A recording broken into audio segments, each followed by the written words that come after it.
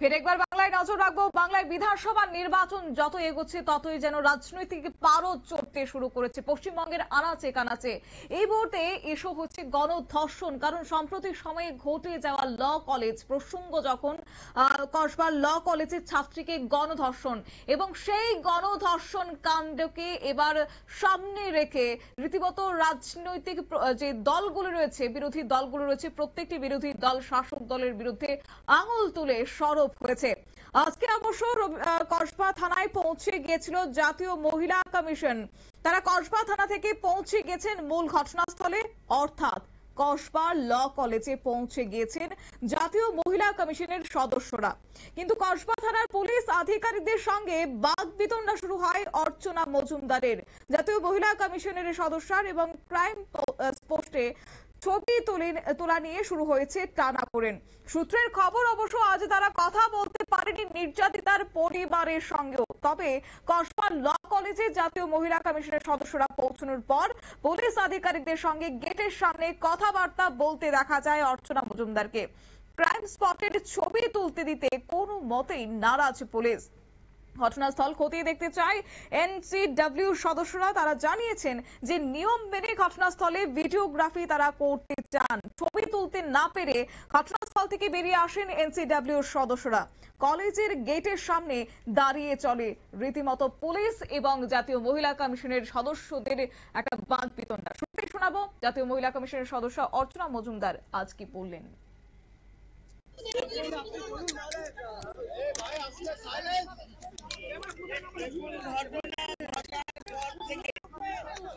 NCW suo motu cognisance নিয়েছে। Member হিসেবে আমাকে দায়িত্ব দেওয়া হয়েছে ভিকটিম এবং তার পরিবারের সাথে কথা বলা, ইন্সপেকশন করা, ক্রাইম সিন দেখা এবং এই ঘটিত যা কিছু আছে সবকিছু দেখাশোনা করে রিপোর্ট সাবমিট করা ইন আ ডে। সেখানে আমি আমার দায়িত্ব করতে এসেছি, কাজ পালন করতে। এখানে এসে কি হয়েছে আপনারা গত 1 ঘন্টা ধরে দেখছেন।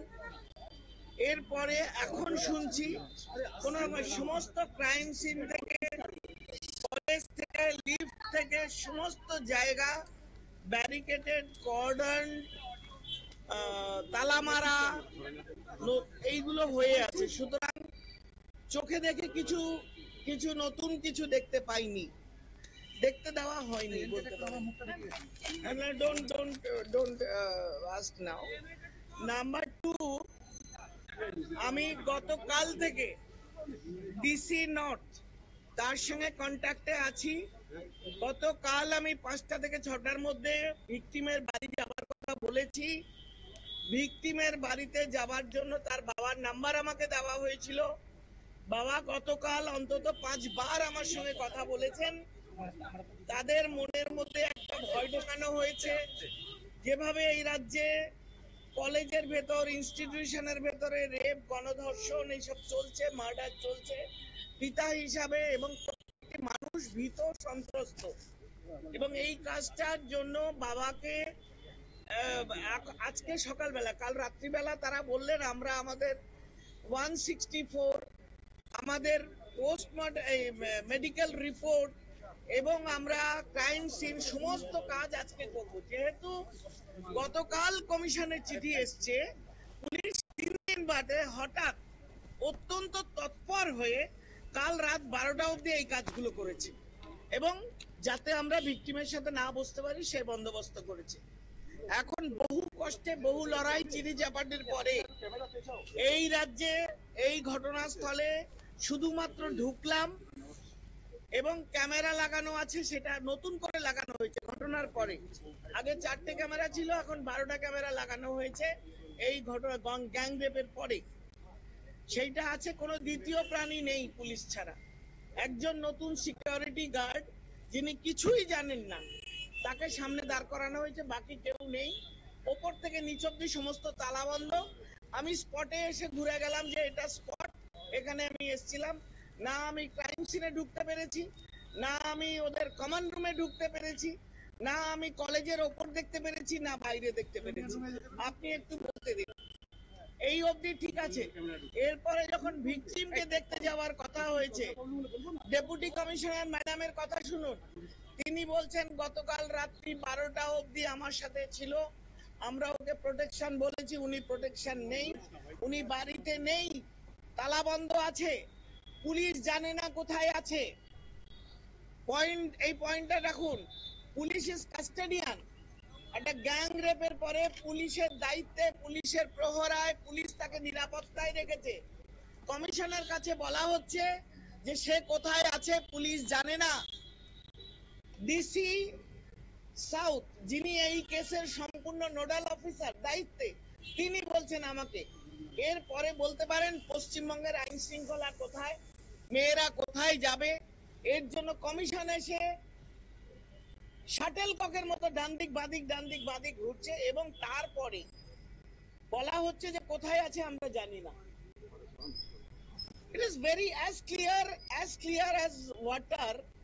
She has been hidden somewhere, so that her speech, her version. আপনারা শুনলেন জাতীয় মহিলা কমিশনের সেখানে সদস্যার বক্তব্য।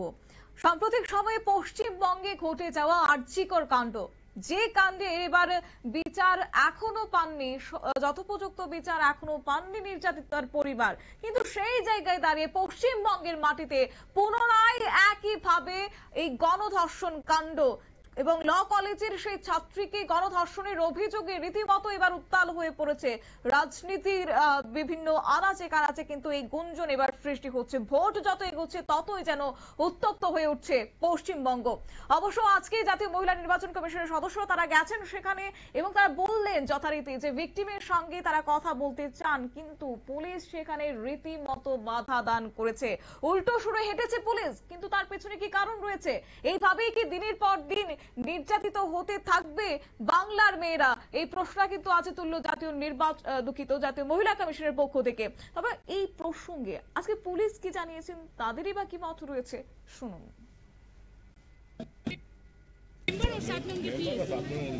वो जो दोनों डेजिग्नेशन मोबाइल नंबर हम लोग नोट कर लिया, वो दोनों अलाउ होगा मैडम के साथ। देखते पार्वे सब, बट नो वीडियोग्राफी, नो। अच्छा, आप लोग क्या क्या अलाउ कर रहे हैं उनके लिए और क्या क्या नहीं अलाउ कर रहे हैं? अंदर जाएगा देखेगा, बस इतना ही। वीडियोग्राफी की मांग कर रहे थे वो। वीडियोग्राफी नहीं होगा, स्टिल भी नहीं होगा, वीडियोग्राफी भी नहीं होगा। আপনারা কি ভেতরে যেতে দিচ্ছেন না? হ্যাঁ যাচ্ছে তো। ভিডিওগ্রাফি বা ছবি।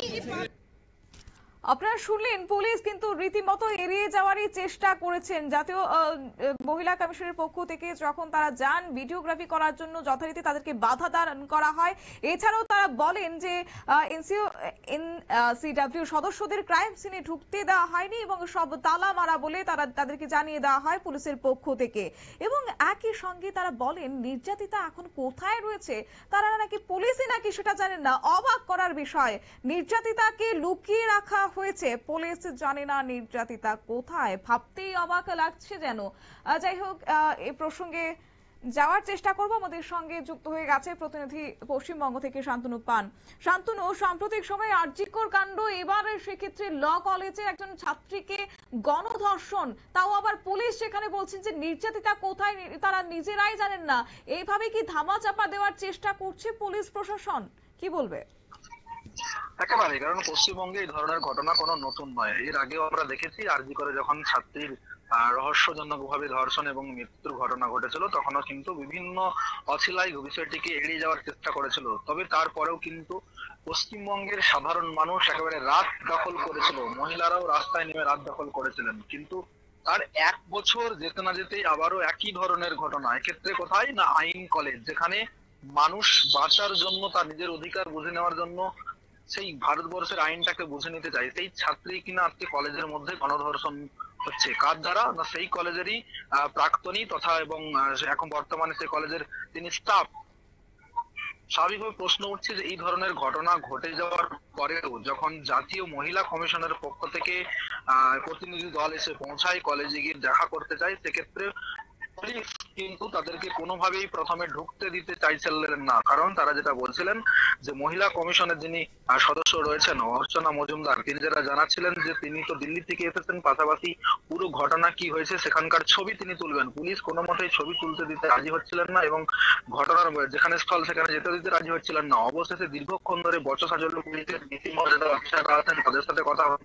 অবশ্য তিনি ফিরে যাচ্ছিলেন, তারপরে পুলিশের বলা হয় যে কোনো ধরনের ভিডিওগ্রাফি করা যাবে না, ভিতরে গিয়ে দূর থেকে দেখতে হবে যে ঘটনা ঘটেছে সে স্পটটি। তারপরে অর্চনা মজুমদারকে সঙ্গে করে পুলিশ নিয়ে যায়, কোনো সংবাদ মাধ্যমকে আলাদা করা হয়নি সেখানে। সংবাদ আমাদের যোগাযোগ বিচ্ছিন্ন হচ্ছে, আমরা দুঃখিত, তবে আমরা পুনরায় যোগাযোগ করার চেষ্টা করব।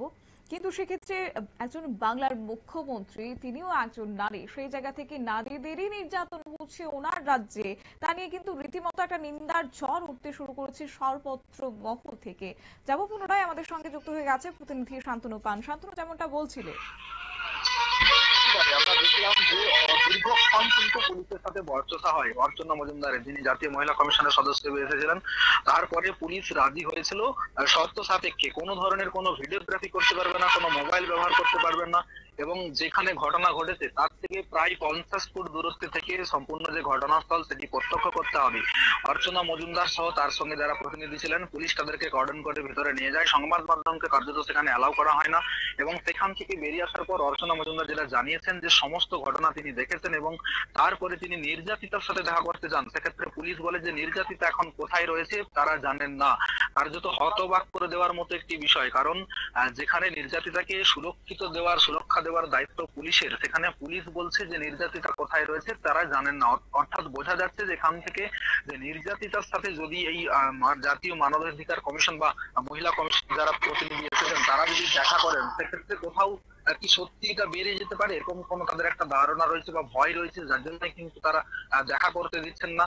তিনি জানিয়েছেন, অর্চনা মজুমদার জানিয়েছেন যে পুরো বিষয়টি তিনি দিল্লিতে গিয়ে মহিলা কমিশনের যে প্রধান উপদেষ্টা রয়েছেন সেখানে জানাবেন, এবং তার পরিবারের সাথে দেখা করতে চেয়েছিলেন, কিন্তু পুলিশের পক্ষ থেকে কোনোভাবে অ্যালাউ করা হচ্ছে না। স্বাভাবিকভাবে বোঝা যাচ্ছে যে এই যে ঘটনা, এই ঘটনা কিন্তু কোথাও একটা ধামা চাপা দেওয়ার কিন্তু চাপ রয়েছে উপর থেকে, যার ফলে পুলিশ কিন্তু এই ধরনের কাজ করছে, এমনটাই কিন্তু জানিয়েছেন জাতীয় মহিলা কমিশনের সদস্য অর্চনা মজুমদার। শতাব্দী, তবে এই যে আজকে জাতীয় মহিলা কমিশনকে সেখানে সহায়তা না করা এবং একই সঙ্গে পুলিশ নাকি জানেনি না, আদৌ কি জানেন না নাকি তারা জেনে বুঝে সবকিছু চুপ থাকার চেষ্টা করছেন, সেটা তো অবশ্য লক্ষণীয় বিষয়। তবে প্রশ্ন হচ্ছে, বাংলার মুখ্যমন্ত্রী তিনি চাইলেই তো নির্দেশ দিতে পারেন, তবে সেক্ষেত্রে কেন আজ তিনি মুখ খুলছেন না, এই বিষয়ে কি কিছু জানা গেছে? দেখো, ঘটনার দিন মুখ্যমন্ত্রী কিন্তু রথ টানতে ব্যস্ত ছিলেন দীঘায়। জগন্নাথ মন্দির যে নতুন ভাবে নির্মিত হয়েছে সেখানে কিন্তু তিনি রথ টানতে ব্যস্ত ছিলেন, এবং রথ টানার পর সংবাদ মাধ্যমের মুখোমুখি হয়ে বিভিন্ন বিষয়ে রথের নিয়ে যারা গুরুত্বপূর্ণ মন্তব্য করেছিলেন তাদেরকে জবাব দিয়েছে। অথচ তার মহিলা পরিচালিত মুখ্যমন্ত্রী, তার রাজ্য বাংলা, এবং সেই রাজ্যে একটি নির্যাতিত হয়েছে ছাত্রী, এবং তারই দল করত, তৃণমূল ছাত্র পরিষদেরই সম্পাদিকা ছিলেন ওই কলেজ ইউনিটের, আর তাকেই কিনা ধর্ষণ হতে হয়েছে প্রাক্তন তৃণমূল ছাত্র পরিষদের ইউনিট প্রেসিডেন্টের হাত থেকে। স্বাভাবিকভাবে তিনি কিন্তু কোনোভাবেই একটি ওয়ার্ডও খরচা করেননি এইসব বিষয়ে। প্রশ্ন উঠতে শুরু করেছে, তাহলে কি মুখ্যমন্ত্রী আদৌ সৎ ইচ্ছা রয়েছে যে এই ধরনের ঘটনায় উপযুক্ত যারা দোষী রয়েছে তাদের বিচার হওয়ার? এবং পুলিশ বলছে যে তারা জানে না নির্যাতিতা কোথায় রয়েছে, অথচ পুলিশের গাড়িতে কর্ডন করে তাকে কালকে নিয়ে আসা হয়েছিল পরীক্ষা নিরীক্ষার জন্য, এবং বিশেষ কিছু কয়েকটি বিষয় ছিল সেগুলির জন্য, অথচ পুলিশ বলছে তারা যাইছে না। অর্থাৎ বোঝা যাচ্ছে যে পুলিশ কিন্তু সম্পূর্ণ কৌশল অবলম্বন করছে এবং কৌশল নিয়ে এগিয়ে যাওয়ার চেষ্টা করছে, যার ফলে কোনো ধরনের কোনো তথ্য যাতে সংবাদ মাধ্যম না পেয়ে যায় বা কোনো জাতীয় মহিলা কমিশন না পেয়ে যায়, সেই জন্যই কিন্তু সুকৌশল ভাবে তারা কিন্তু এড়িয়ে যেতে চাইছেন। প্রশ্ন উঠছে যে পুলিশ এইভাবে এড়িয়ে গিয়ে কতদিন রক্ষা করতে পারবেন, সম্পূর্ণ বিষয়কে ধামাচাপা দেওয়ার চেষ্টা করতে পারবেন? সেই সঙ্গে এই ধরনের চেষ্টা কি আগামী দিনে মহিলাদের ক্ষেত্রে সুরক্ষিত হবে, নাকি আগামী দিনে মহিলাদের যে সুরক্ষার বিষয় সেটা কিন্তু আরো কার্যত বিপদের দিকে ঠেলে দিচ্ছে পুলিশ এই ধরনের ঘটনা করে? তার কারণ যারা এই ঘটনায় জড়িত তারা যদি না কঠোর থেকে কঠোরতর শাস্তি পায়, তাহলে তো পরের পর এই ঘটনা ঘটে চলবে। তো স্বাভাবিকভাবে আরো একটি যে বিষয় মাথায় আসছে, যে আইন কলেজের যিনি অধ্যক্ষ রয়েছেন ওই কসবা ল কলেজের, সাউথ ক্যালকাটা ল কলেজের, সেই অধ্যক্ষ কিন্তু ছাত্রীর হয়ে আইনি সহায়তা করছেন বা আইনি লড়াই লড়েছেন। সেক্ষেত্রে তাকেও কিন্তু বিভিন্ন মহল থেকে থ্রেট দেওয়া হচ্ছে, এমনটাই কিন্তু আমরা সূত্র মারফত জানতে পারছি। শতাব্দী, ধন্যবাদ। আপনারা শুনলেন, অর্থাৎ সেখানে যখন জাতীয় মহিলা কমিশন যায় তাদেরকে রীতিমতো বাধা দান করা হয় এবং সেই সঙ্গে তাদের ক্ষেত্রে তদন্তের সহযোগিতা তারা করেননি পুলিশ। যেখানে আইনের রক্ষক যারা রয়েছেন, যারা আইন নিয়ে পড়াশোনা করছেন, তাদের এবার নির্যাতন হতে হচ্ছে। তাহলে আদৌ কি বাংলার মমতার রাজ্যে সেখানে আইন শৃঙ্খলা রয়েছে কিনা তা নিয়েও কিন্তু যথেষ্ট সন্দেহান প্রকাশ করছেন সংশ্লিষ্ট মহল। অবশ্য এনসিডব্লিউ যাতে নির্যাতিতার কাছে পৌঁছতে না পারে সব চেষ্টা আজ করেছেন সুকৌশলে পুলিশ প্রশাসন, এমনই অভিযোগ। এবং ডিসি ওসিরা তারা বলছেন যে নির্যাতিতা কোথায় রয়েছে তাও নাকি তারা জানেনই না। এবং তারপরে তারা নির্বাচন কমিশনের পক্ষ থেকে যেটা বলা হয়েছে যে তারা দিল্লি যাবে এবং এসপি কে ডেকে পাঠাবে। অবশ্য দেখার বিষয় আগামী দিনে এই সেখানে তদন্তের কুল কিনারা হয় কিনা, নির্যাতিতার পরিবার সুবিচার পায় কিনা, নাকি এইভাবেই থামা চাপা পড়ে যাবে আরজি করের মতো আরো এক ল কলেজের ছাত্রীর গণধর্ষণ কাণ্ড। নিয়ে নিচ্ছি ছোট্ট একটি বিজ্ঞাপন বিরতি, সঙ্গে থাকুন।